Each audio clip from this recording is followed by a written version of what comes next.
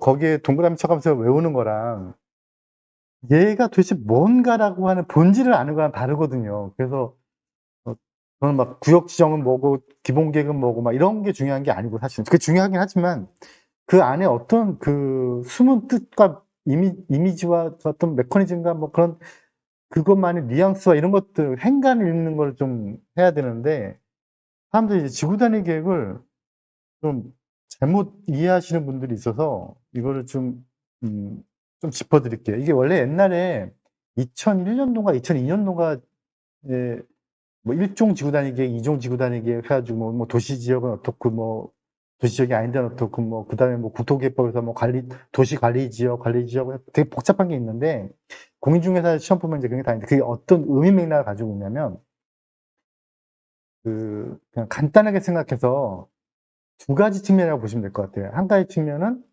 행위 제한, 또 한 가지 측면은 도시의 안정적인 개발 관리. 근데 여기에서 상충되는 게 있어요. 어, 어떤 행위 제한 이 부분하고 그다음에 도시의 어떤 미관이라든가 이런 것들에 대한 관리 이 부분과 상충되는 게 뭐냐면, 사람들 어떤 개인의 재산권을 침해한다는 게 항상 상충이 돼요.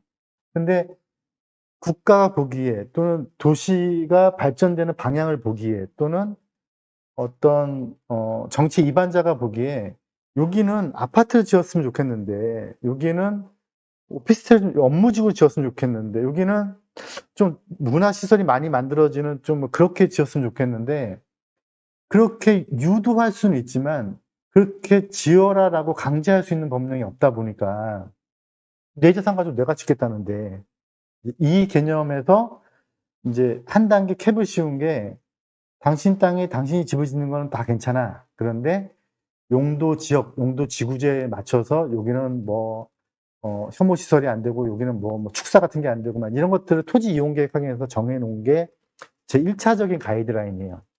1차적인 가이드라인으로 해서 이렇게 내가 가이드라인을 정해 줄 테니, 그러니 그거 아닌 거는 뭐 개인 재산권 행사하세요. 이렇게 했더니, 과거에 어떤 일이 벌어졌냐면요. 박정희 대통령 시절에 뭐 그 당시 건설교통부죠. 건설교통부에서 아는 사람이 내 지인인데 여기 강남에 논밭을 허물고 아파트를 짓는데 라고 하니까 다들 몰려들어서 그 땅을 사는 거예요. 그럼 그 땅을 사는 사람 본인 마음, 정부가 어디서 취득했든 사는 사람 본인 마음, 이거의 개인 재산권을 막을 수가 없으니까 투기가 막 일어나는 거예요. 그래서 진짜 막 거기를 논밭을 형지 변경을 해서 아파트로 만들어야 되는데, 막 너도 나도 뛰어들고 막 이렇게 되니까 이게 좀 문제가 있다. 그래가지고 그때 생겨난 개념이 아파트 지구라는 개념이 생겨났어요. 지구 단위 계획의 전신이에요. 아파트 지구라는 개념이 생겨나서, 아파트 지구, 여기 아파트 지을 거야. 그러고 나서 여기 땅 살 사람, 아파트 지을 사람만 사. 그럼 못 사는 거죠. 이렇게 조금 거는 대기업 아니면 못 사잖아요.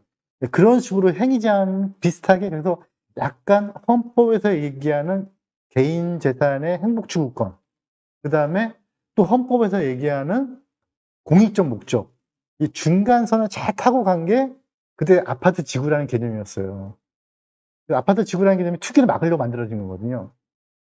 그런데 우리는 지금 일반적으로는 용도 지역 지구제에 따라서 행위 제한까지는 아니지만 어떤 캡을 씌워놓고 이렇게 하고 있는데, 이게 용도 지역 지구제는 약간 평면 계획에 가깝잖아요.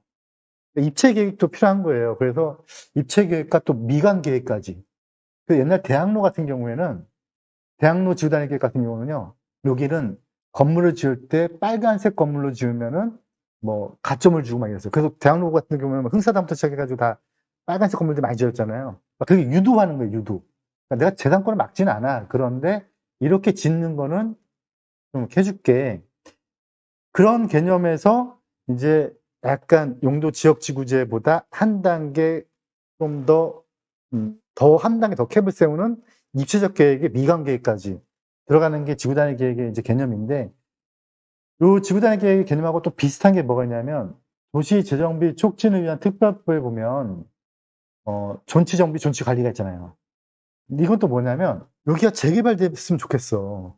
그런데 재개발을 하라고 권장을 하고 싶은데, 유도를 하고 싶은데, 근데 이 사람들한테 그걸 재개발될 때까지는 아무것도 하지 마. 그 재개발이라고 하는 뭔가의 딱 그 관리 지역, 그러니까 정비구역 지정이죠.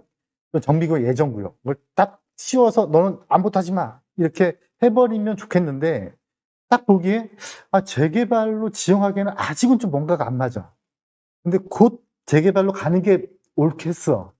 그러면은 아까 얘기했던 헌법에서 얘기하는 개인 재산권 침해는 막을 수는 없고, 하지만 또 개인 재산권 보호는 해줘야 되면서도 또 공익적 목적을 달성해야 되고, 요 중간선 단계를 딱 둔 거예요. 그래서 여기는 앞으로 재개발이 될 거니까 내가 관리를 할 거야. 관리를 할 건데 너희들끼리 개발하는 걸 좀 그동안 하지 말아줬으면 좋겠어. 근데 내가 막지는 못해. 그런데 되도록이면 하지 마. 이게 존치 정비죠.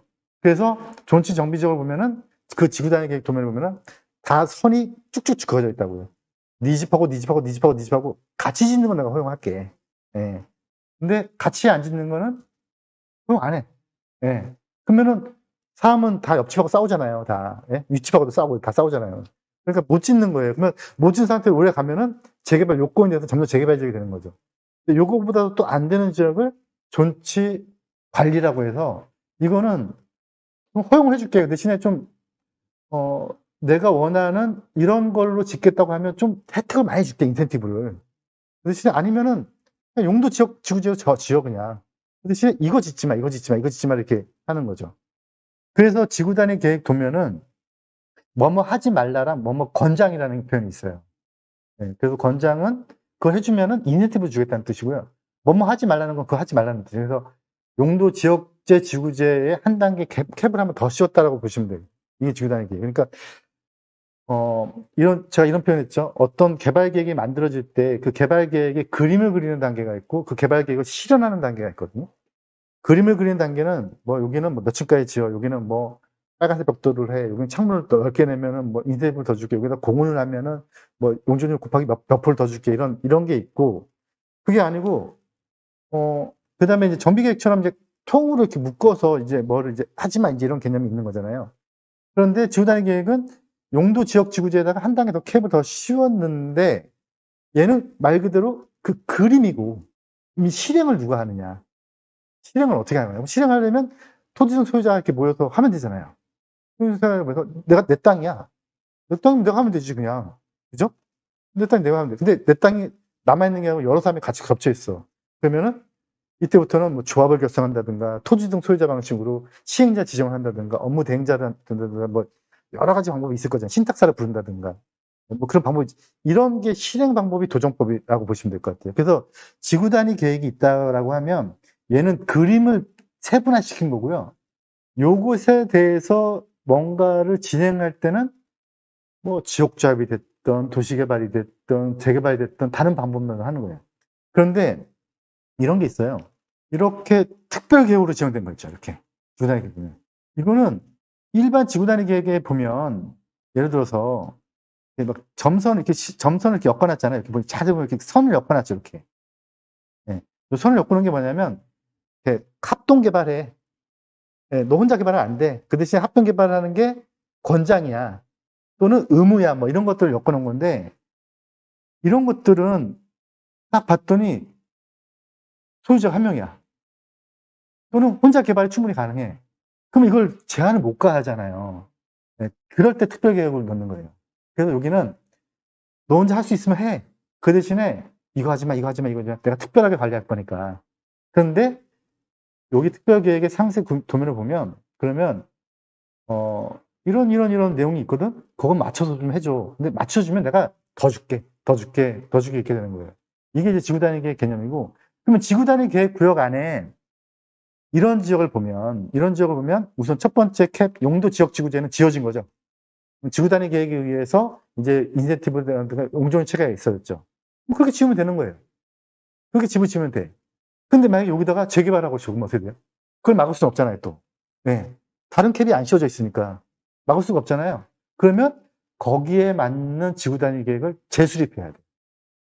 네. 그래서 지구 단위 계획은 용도 지역 지구제의 한 단계 앞서 나간 거라고 보시면 되고, 하지 말라와 하라를 더 구체적으로 한 것이다. 좀 더 세분화해서. 그러니까 이게 제약사항이 될 수도 있고 권장사항이 될 수도 있는데 지구단위 계획 구역 안에 있는 지역이 재개발이 안 된다라고 하는 거는 그건 잘못된 생각인 거고 충분히 가능한 거죠. 그 대신에 요 지구단위 계획에 따른 계획이 있고 그다음에 우리가 용도 지역지구제 개념이 있잖아요. 근데 이거 다 무시하고 재개발로 하면은 재개발 관리 계획으로 들어가면서 지구단위 계획 의제 처리가 되는 거잖아요.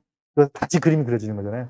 얘도 만약에 재개발을 하겠다고 하면은 요거를 다시 한 템포 틀어서 다시 그려지는 거라고 보시면 될 것 같아요.